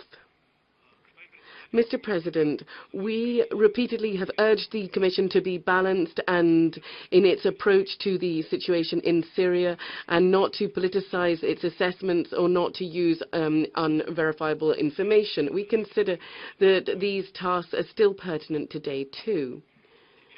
Today, it's particularly important for the work of the Commission to facilitate the peaceful settlement of the Syrian crisis, in particular given the fact that the political process of a settlement is in deadlock at the moment.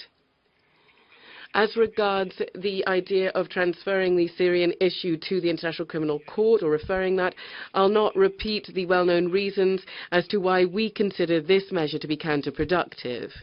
Inter alia, given the fact that this institute has not yet demonstrated its effectiveness. Mr. President, there's no alternative to pooling the efforts within the international community to combat international terrorism and also to assist the population of the Syrian Arab Republic. As we all know, today there's a joint statement of the US and Russia that's been published as the co-chairs of the International Support Group for Syria on preventing hostilities in Syria. This document stipulates a cessation of hostilities from the 27th of February. In particular, we consider that efforts should be focused on achieving this aim and also on implementing previously taken decisions on a lasting settlement. Thank you. Thank you to the representative of the Russian Federation. I now give the floor to the representative of Turkey. Mr. President, we find it most useful for the Commission to be here in New York to brief Member States. We commend and support the Commission's dedicated efforts. We thank you, Mr. President, also for providing us with this opportunity. The Commission's work has revealed horrifying crimes committed against Syrian people by various actors on the ground. Those responsible for such horrendous crimes must be held accountable. Impunity cannot and must not prevail. Blatant violations of international humanitarian and human rights law have grown hand in hand in Syria. We have been witnessing intensified attacks on civilians and civilian infrastructure, most recently around Aleppo province, including through the targeting of education and medical facilities by indiscriminate aerial bombardments by the Syrian regime and its allies. Such attacks have not only triggered a new wave of mass displacement, but also have been mutually reinforcing with the efforts of various groups to gain ground and change the demographic composition, especially in the north of the country, through forced displacement and home demolitions, which amount to war crimes. Mr. President, from a quick look into the just released 11th report, I see that there are actually references to these incidents. Of course, we will study the report in detail. And from what we heard from Mr. Pinheiro, in reply to the questions posed from the floor, we have taken note of the commitment of the Commission to keep a close eye on these very worrisome developments. Mr. President, Turkey, as always, will be glad to render its continued support to the work of the Commission. I thank you. I thank the representative of Turkey, and I now give the floor to the representative of the Islamic Republic of Iran. Thank you, Mr. President. I also thank Professor Pinerio for his statement. Iran has been indeed steady and on altar in its principal policy that it is the business of the people of Syria, as yet should be the case for the people of other countries in our region, including the Persian Gulf region, to determine who will rule them. No one but Syrians themselves should decide about their future and who should run or who should not run their country. It is the duty, privilege, and the right of the Syrians to make that decision. International community should only facilitate the process. The way out is a political solution. Otherwise, ISIS and Al-Qaeda would gain further grounds to control more territories. They are nobody's friend. They are nobody's leverage. Furthermore, there is no moderate terrorist. Indeed, the recent upsurge of terrorist attacks around the world, including the ones hit Damascus and Homs during the last 2 days with more than 100 casualties, should have sent unmistakable signals to all countries to the effect that terrorist groups such as ISIS recognize no border, and their merciless attacks would be indiscriminate. Another important message is that their eradication is long overdue. Countries should refrain abusing human rights as a political tool to promote or satisfy their short-sighted strategic goals in Syria. We continue to encourage and urge the Commission to fully adhere to the principles of professionalism and impartiality.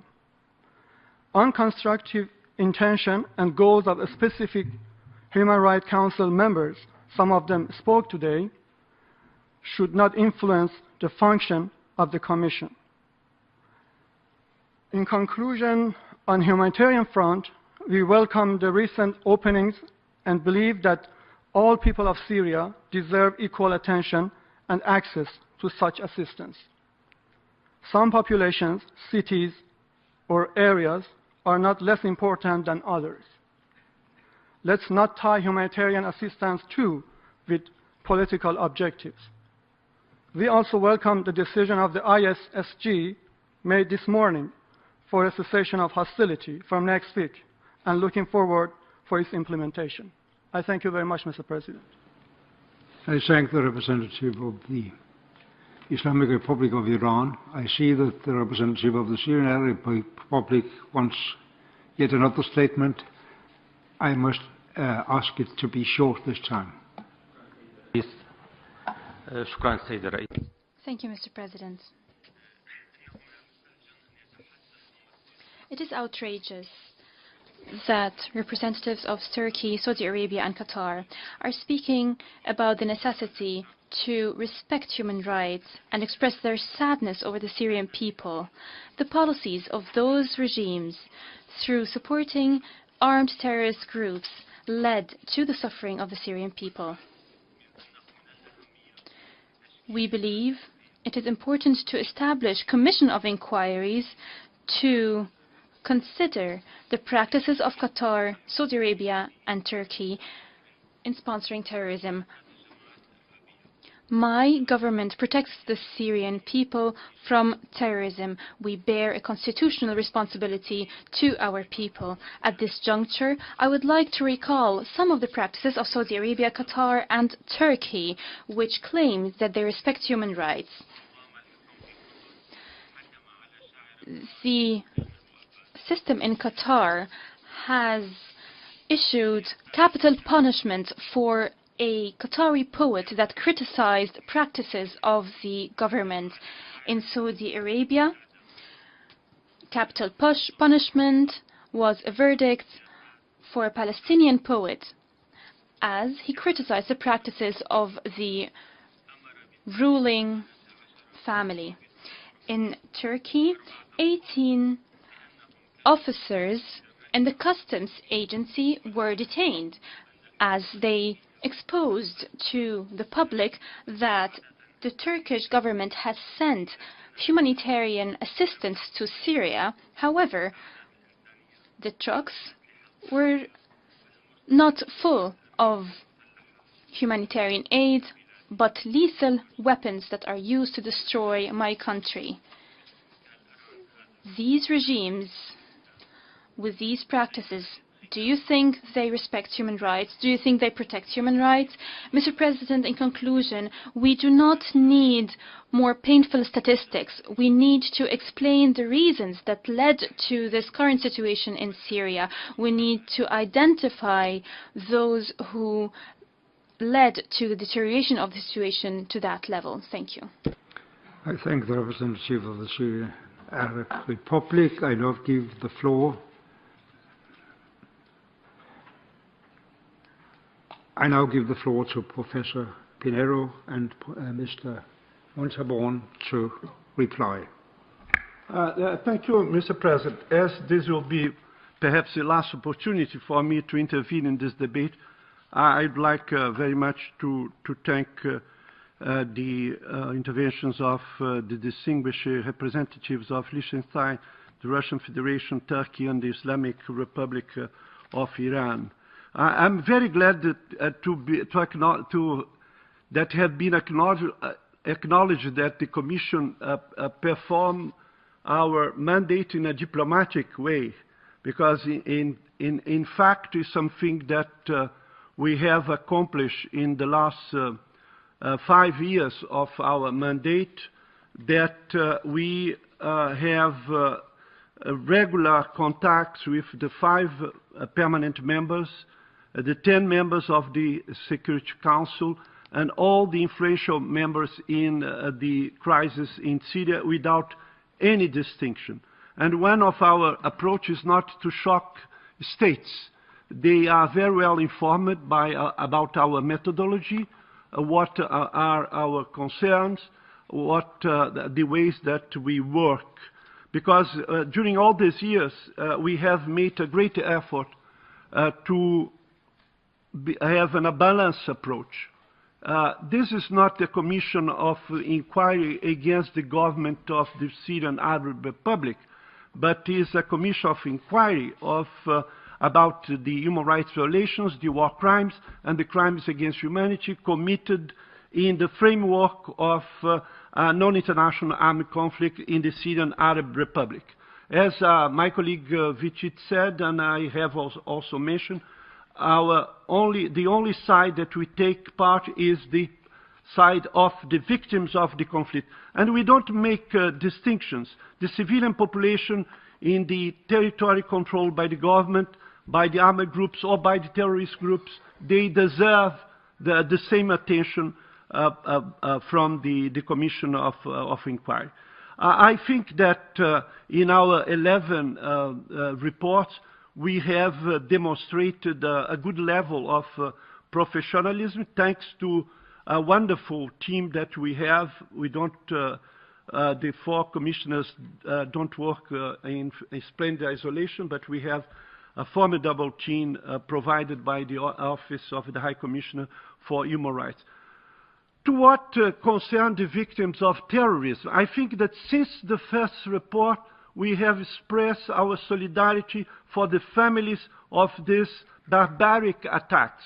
It must be reminded that we have not waited the establishment of the so-called Islamic State to call attention for the first practice, the first crimes practiced by this same group that will become the Islamic State.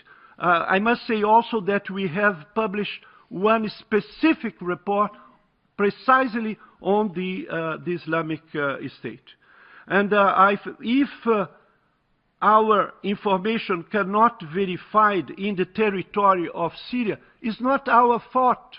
We don't have access to the territory of Syria because of the refusal of the Syrian Arab Republic. But then the difficulties for our work are immense because we have to work without access to Syria. And as I have said here, until October 2012, when it was the last time that we have the honor to have a contact with a representative of the government of Syria, we have inserted in all our reports the narrative, the answers, the comments by the government of the Syrian Arab Republic. If you are not doing that, it's because after October 2012, we are not receiving any cooperation from the Syrian Arab Republic.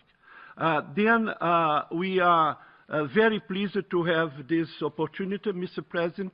We think, as my colleague has said, and different distinguished representatives have also mentioned, I think that the General Assembly has an important role. The Security Council has only 15 members. The General Assembly has 196 members.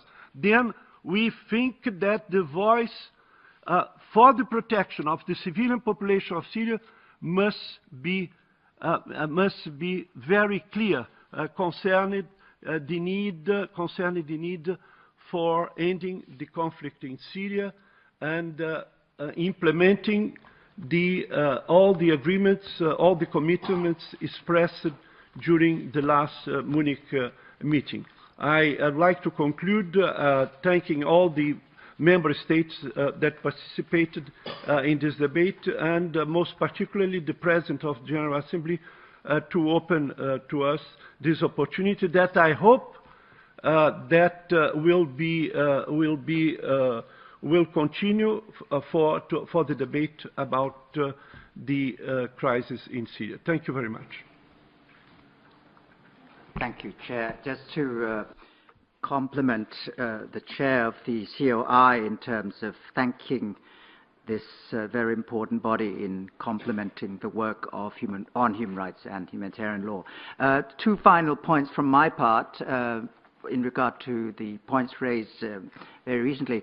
Number one, the issue of forced displacement in the northern part of the country. There are specific sections in our report on this, and we welcome your looking at those sections, bearing in mind that our approach is a careful approach of looking the situation village by village and avoiding generalizations, but to look at specifics with due regard to the need for proof and corroboration.